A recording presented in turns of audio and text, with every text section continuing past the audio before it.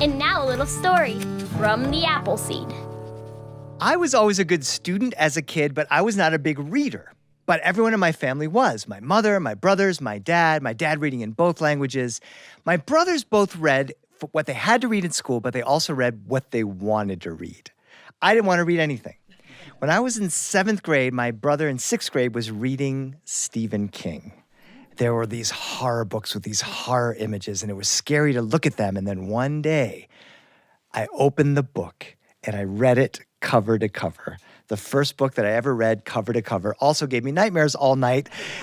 But it was the first time that I realized that there was reading that you could do for pleasure or for terror or for fun. And so I went to the library, and I'm old enough that there was not that many Stephen King novels. And over the course of the next 6 months or a year, I read every single Stephen King novel, and I was not able to find any more.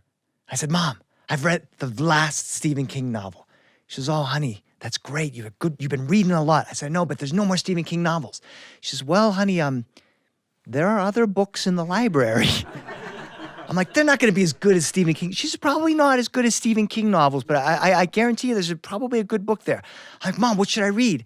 And she got a Hemingway novel, and I think it was The Sun Also Rises, and she gave it to me, and I read it. And I didn't read it like I read the Stephen King novel, but after I finished it, I said, Mom, this guy's pretty good. He's not as good as Stephen King, but he's okay. Has he written anything else? And he did. And I read all of Hemingway. And that led to, years later, an English degree from a college where I read Herman Melville's Moby Dick. That was a difficult book to get through in college. And out of college, as I was pursuing storytelling, I also was pursuing acting. And the first professional play I ever got cast in was an adaptation of Moby Dick. It was a puppet adaptation of this show. And so I had to read it again. And then the show got extended and I read it again. So Moby Dick has become a book that I visit at different times in my life. My wife is an English teacher in high school. She's an AP English teacher, and she has a master's degree in English.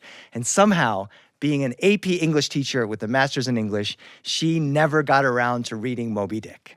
And so she took down one of the copies that I had and was reading Moby Dick as my son was just getting involved in books. Dad, what's that story? That's a story, honey, that I'll have to tell you when you get older. Dad, I want to hear the story right now. And I had no idea how to turn a 700-page novel about American whaling experience from the 1800s into a story for my son, and I was trying to work it out when my wife found a little board picture book called The Cozy Classics that tells these ancient big stories in one-word pages. So this is how I told part of the Moby Dick story to my son. Boat. There's an image of a boat with sails. Find.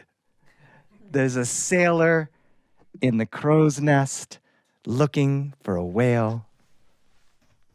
And whale. Now, all of the excitement and horror of the story I didn't share, and this was all he needed to scratch that Moby Dick itch, and it was totally fine.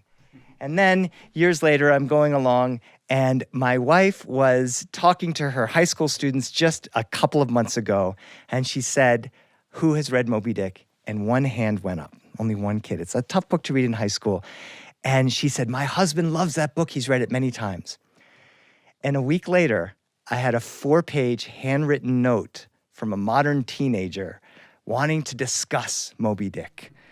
He said, I hear you have sailed the vast seas reading about Moby Dick, and in flowery language, just like Melville, this brilliant high school senior, wrote a 4-page, and it had been years since I'd read the book, and so I'm like, oh yeah, Moby Dick is great, it's really exciting, blah, blah, blah. And then I got a 6-page letter handwritten back about how I have failed him in my pursuit. So I have reread the Moby Dick book recently, and as I was reading it, the magic of Google, when you think something and all of a sudden you're getting ads about that thing. I don't know how it happened, but whale watching expeditions were showing up on my phone. I wasn't Googling Moby Dick, I was reading it, but somehow they found it and I saw, oh, there's one not too far from our house in Los Angeles. And so 4 weeks ago, we piled in the car. Now, it was only 27 miles away, which in here would probably, well, no, I've been in some rough traffic here. In Delaware, 27 miles would take you 27 minutes. In Utah, maybe it would take you an hour. In Los Angeles, it takes 2.5 hours. So we gave ourselves 2.5 hours to get 27 miles down to Long Beach. And on the way, my kids were doing the thing that kids do in the car. And they're fighting. And I'm saying, well, we're going to go on a whale watch. We're going to see whales. It's going to be great. And they're just not having any of it. There's no rain, there's no rainbow, there's nothing. I keep turning up the radio.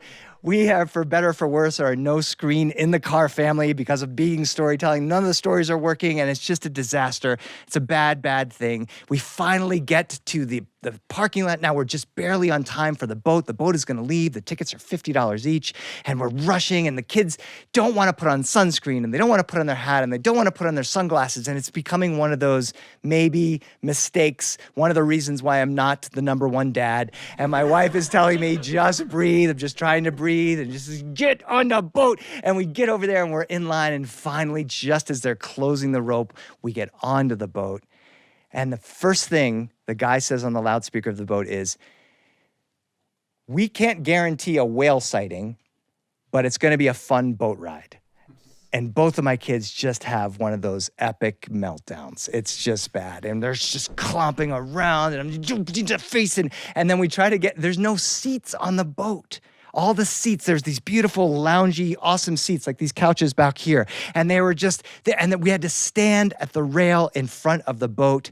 And the second the boat started moving, my kids started smiling. They started seeing the birds on the water. They saw little tiny fish. They saw the big boats, the Queen Mary, I think that's the boat that's there. And then the cranes and the port.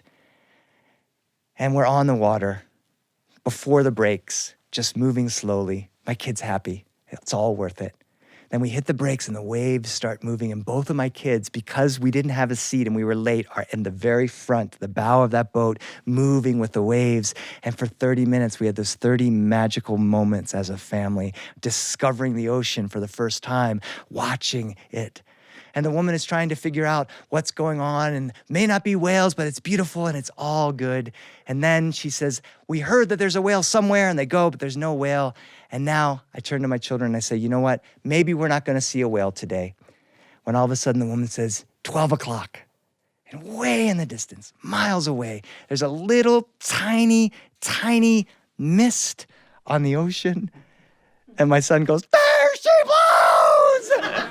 Let's kill that thing. I said, no. And I try to explain to the whole thing about Moby Dick, but nobody's having it. They're all laughing. And now all the kids are yelling, there she blows. And the captain, she throttles it, and we're going out to where that space is, and then shuts off the engines. And we're just there on Long Beach, 4 miles off the shore, still seeing the shore. It's white, just calm. And then, and you're not going to believe it, but there are pictures of it, and there's a video. I have a video of it. A massive whale comes out and shoots a spout into the air, so much that you can smell it. And it starts to curve, and the woman gets super excited. It's a finback whale, the second largest whale in the ocean. It keeps curving and comes the dorsal fin and the flukes, and it smashes. It makes a fluke print on the ocean, and the whale is gone, and the crowd is screaming and laughing and yelling, and my son can't believe it. And then the whale is gone, and my son looks up at me, and my daughter looks up at me, and all of us are sharing these moments. And I captured that moment on my phone. I had it there somehow. And then it was gone. And she said, let's go back to shore. We turned the boat around. And as we're going, she said, you saw the finback whale, and she gave us a big lesson about the finback whale. When out of nowhere, dolphins come leaping She said, oh my goodness, this is the biggest pod of dolphins we've ever seen. And I can't even count them. They're leaping in front and behind, and they're leaping in the wake. And she's giving a big lesson about dolphins. And my children cannot contain themselves. The adults cannot contain themselves. I've never seen anything like this. We're on the edge looking down. I feel like I can reach over and touch these dolphins. They're swimming under. They're playing with the boats. And my son remembers the chapter about dolphins playing from Moby Dick. And so we're talking about this literature and the ocean, and those dolphins finally speed away and they're gone. And we're going back into the shore, and my son just collapses into my arms, and we're looking out over the horizon, Catalina in the distance.